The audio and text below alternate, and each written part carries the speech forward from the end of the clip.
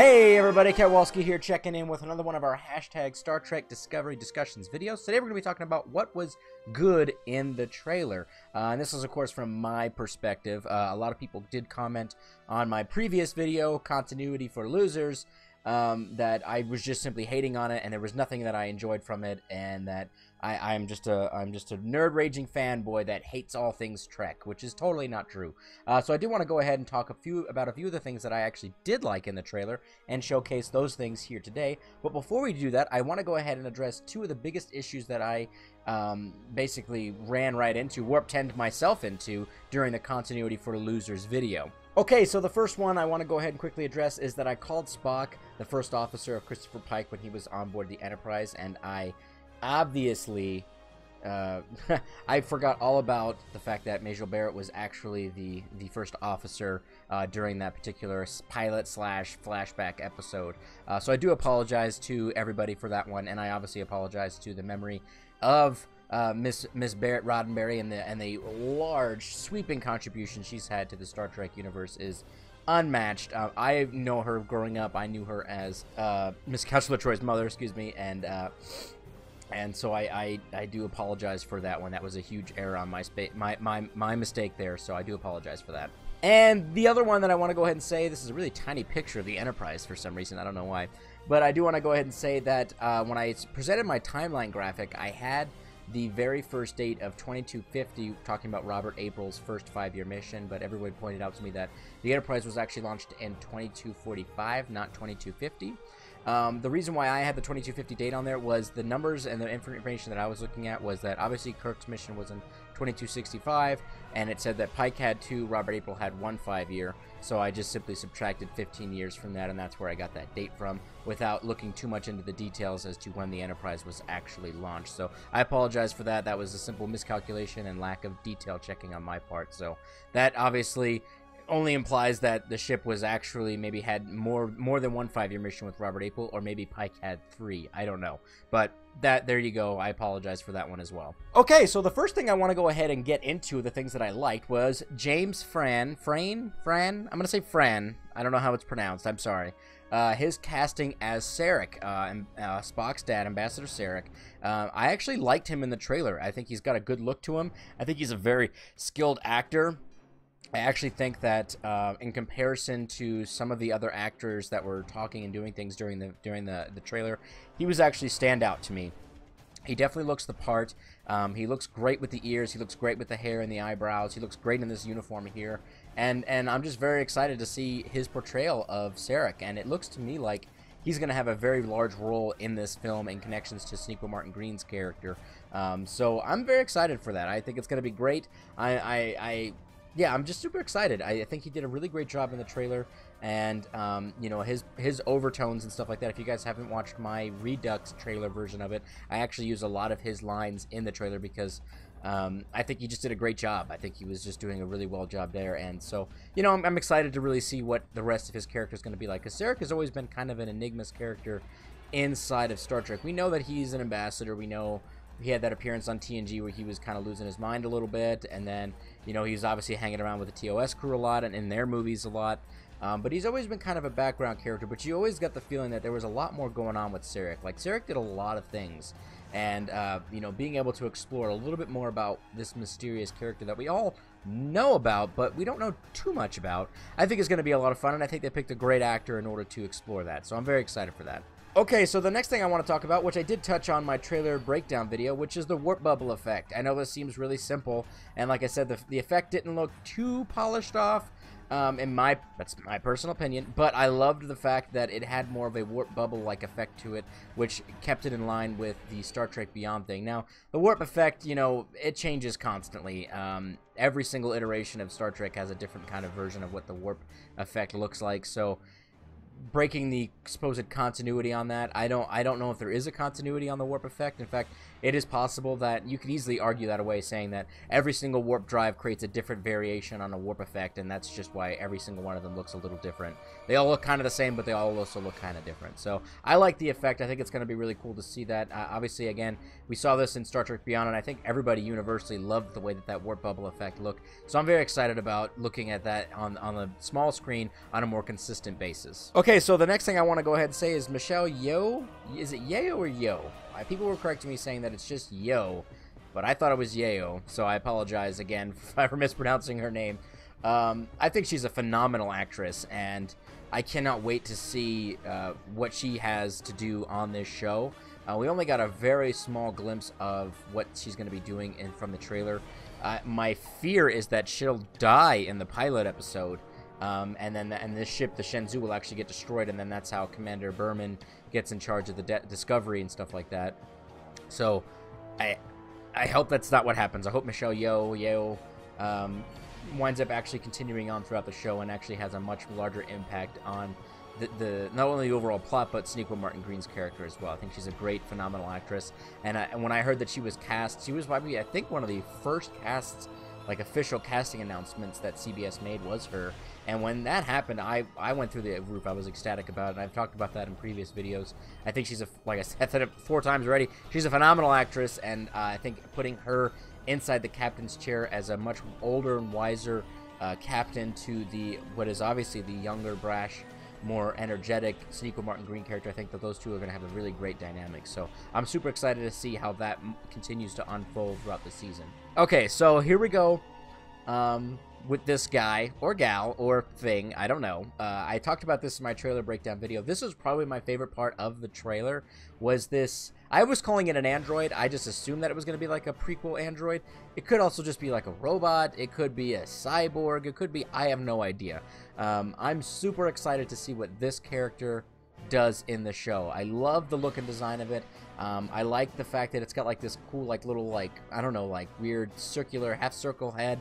It's got like a little mouthpiece. It's got like some kind of weird graphics representation here. And I do think that this piece on the top is like a sound reverberations for whenever it's talking. I don't know if this is going to be a male, female voice, a mixture of the two. I have no idea, but I'm super excited to see what this particular cast member, I guess you could say. I have no idea who it is. This particular cast member is going to be doing on set. I'm super excited about this. I feel like they're going to see a lot of parallels to some of the subplots that we saw with Data during TNG, and maybe even, you know, parallels to Spock as well, of being kind of outside of cast and stuff like that, but mostly from a Data perspective of trying to figure out and blend in with humans, even though you are clearly not a human. So I'm really excited to see how that plays out, and you know, obviously we've never seen anything like this in Trek before, so you know, this doesn't really fit anywhere within kind of continuity. So I don't know if, and I'm hoping, I don't know if this is a construction of Starfleet, which I hope it's not. I hope that this is actually a completely cybernetic race that almost is maybe the opposite of the antithesis of the Borg, where instead of being hostile and trying to destroy everybody and assimilate everything, these cybernetic beings actually just wanted to join the Federation and be a part of a larger group and a larger collective. You see what I did there? But in a much less threatening way, but in a more positive light. That would be kind of cool if there was like a polarity between this race and also the Borg, which may explain why we've never seen these people before, because maybe they're just an alien race and there's just one of them in Starfleet and this one is serving on the Shenzhou, and that's why we've never seen it. So that's kind of cool to me. I'm really excited to see what this character is. I'm super, super excited to see what this character is. I can't gush enough about it.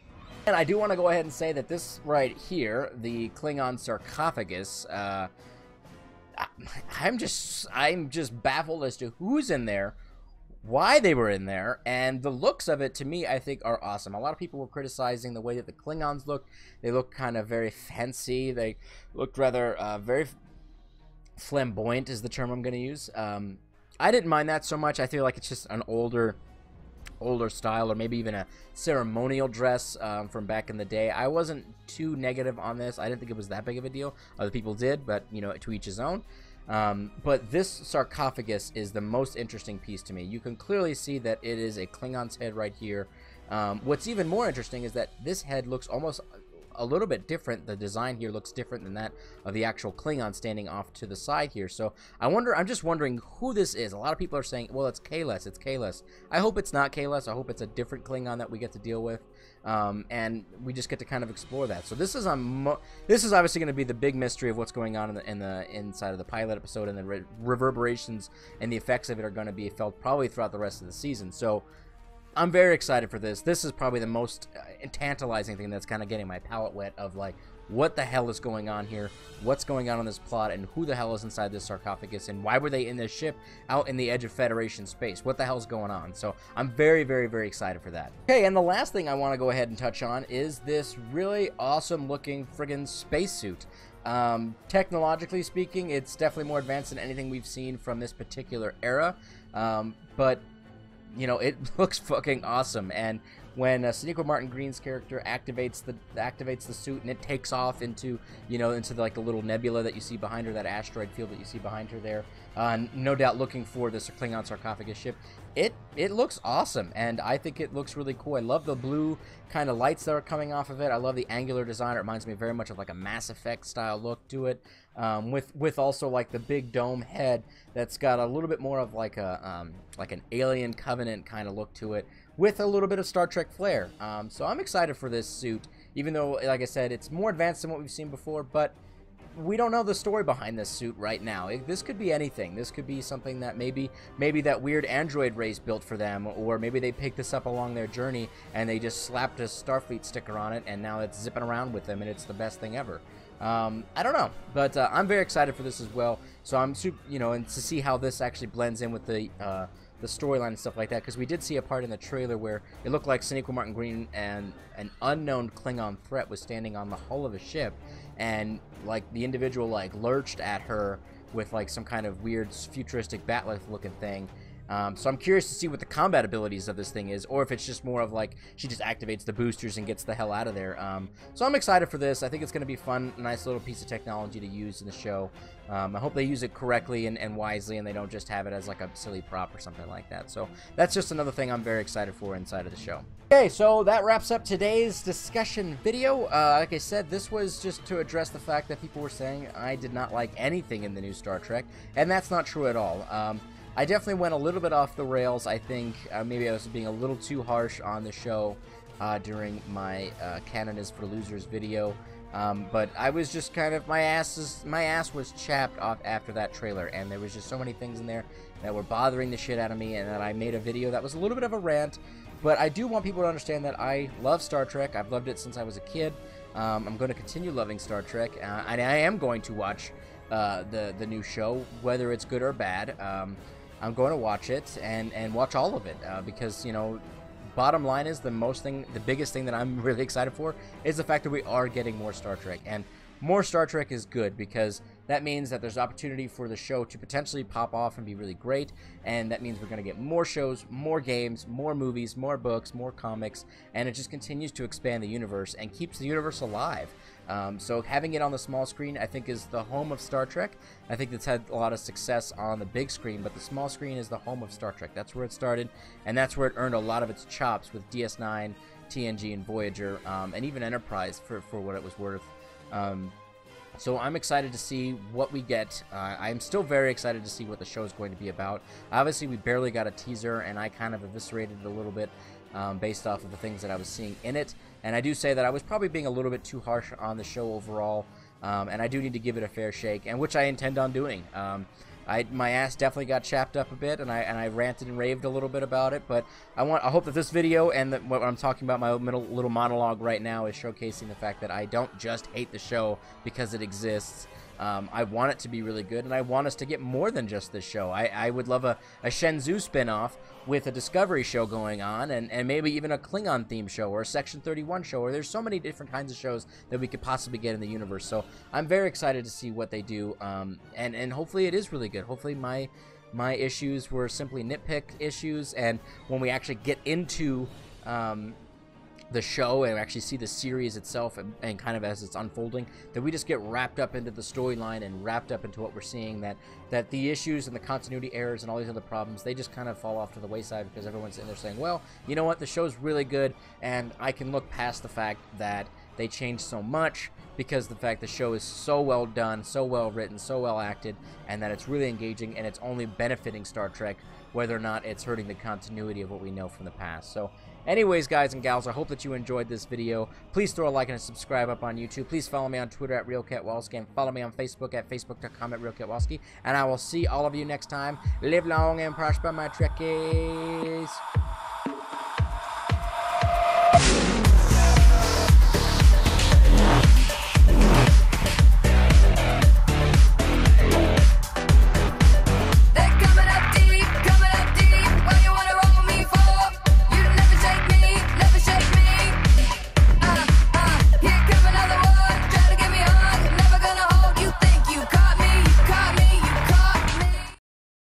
Got my Guardians of the Galaxy 2 t-shirt on right now. I know you guys are jealous.